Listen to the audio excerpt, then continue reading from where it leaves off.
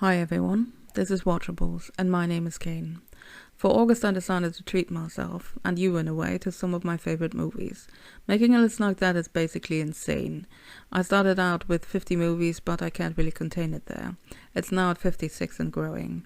If you're interested in that list, as always, I'll leave a link in the description box below.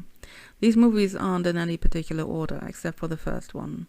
The Philadelphia Story is my all-time favorite movie, and if you've never watched it, what are you waiting for? Seriously. My first watch this month was a comfort movie. I do watch a lot of Marvel and MCU, and since its release in 2019, Captain Marvel has become a movie I return to again and again. I know there are a lot of naysayers out there, people who would one-star review bomb a movie just because it doesn't adhere to the straight, white, able-bodied male archetype they are used to. Well, there's none of that here. Everybody's always welcome on the merit of how good their story is. And I really like Captain Marvel and its story. It's easy watching, something that was very necessary between Avengers movies 3 and 4. Captain Marvel was directed by Anna Boden and Ryan Fleck. It stars Brie Larson as the title character, Samuel L. Jackson reprising his role as Nick Fury, Lashana Lynch as Maria Rambeau, and Jude Law as Young Rourke, among others. It's part of the Marvel Cinematic Universe, short MCU, and its 21st movie. However, it plays mostly in the 90s and is thus the second on the MCU timeline, after Captain America, the First Avenger. Veers wakes on the Kree homeworld, Hala. She had another nightmare. She wakes her mentor, Young Rourke, to train with her, and he lectures her on controlling her powers, photon blasts she can shoot from her fists. It's an ordinary day until Veers is captured by the Kree's enemies, the Skrulls.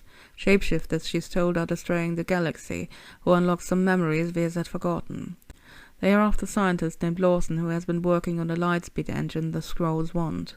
It takes them to Earth, Veers hot on their heels, but she has her doubts about what she's really doing on Earth, as the place seems eerily familiar. She meets Nick Fury, and the two set out on a mission to stop an invasion by the Skrulls, and get into more trouble than they bargained for. Besides being part of the MCU, this movie is only the first chapter in a story about the Skrulls invading Earth that will be continued early next year with Secret Invasion. I'm very excited about the story and how it will play out over that series and its possible conclusion in the Marvels, which will see Captain Marvel teaming up with Monica Rambeau and Ms. Marvel. Marvel is really a vast well of exciting superhero stories, and I enjoy most of them. Captain Marvel was the MCU's first female hero solo movie, and it thus will always have a special place in my heart, but it's also, to me, a queer love story, and nothing can really beat that. Carol Danvers, formerly known as Veers, and Maria Rambeau trained together to become Air Force pilots, became best friends, and raised Maria's daughter Monica together, until Carol was involved in an accident that had her disappear.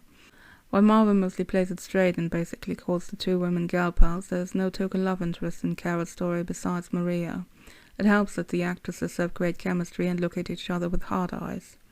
Besides that, it's just sheer joyful superhero fun, with a smart-ass lead that takes no prisoners in her quest for equality. I love the inclusion of Nick Fury as something of a guide for Carol. I'm aware that his inclusion is somewhat of a safety net, since he's an established and beloved character, but Larson and Jackson play off each other very well. The acting is superb, the story is a lot of fun, and the movie has earned almost $1 billion at the box office.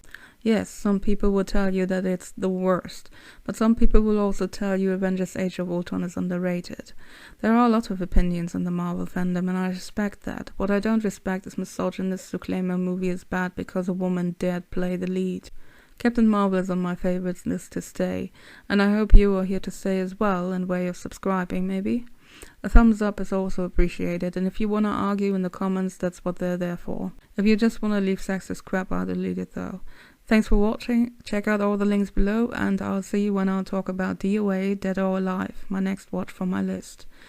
Captain Marvel by Anna Boden and Ryan Fleck is hell yeah, watchable.